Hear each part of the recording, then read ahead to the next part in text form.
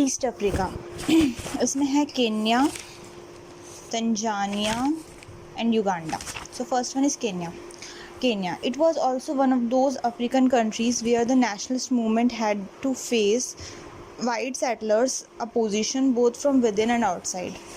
There were roughly 66,000 white settlers who apprehended loss of their privileges and control over the Kenyan politics and economy. They refused to negotiate with KAU, Kenya African Unity Party, which was the principal political party of black Africans in Kenya under the leadership of Kenyatta. The white settlers' opposition to a bleak majority rule in Kenya was also supported by the business interest group in England.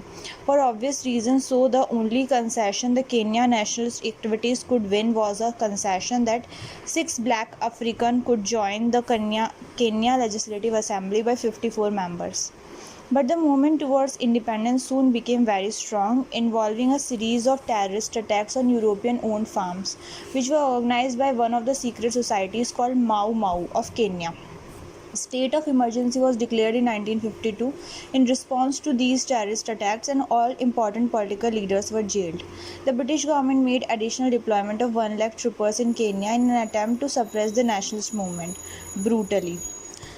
In the next 8 years, some 10,000 Kenyans were killed, more than 90,000 arrested, and the stalemate continued for many years.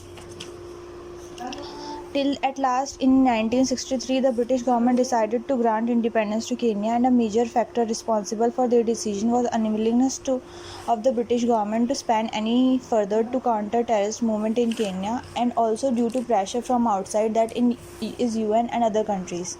Mr. Kenyatta became the first PM of Kenya. Tanzania. The nationalist campaign for independence in Tanzania was led by TANU, Tanganyika African National Union, under the Julius Nyerere.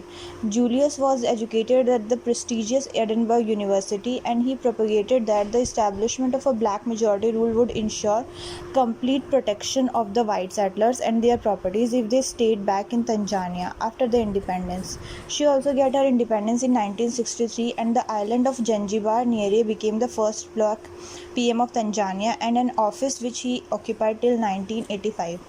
Uganda.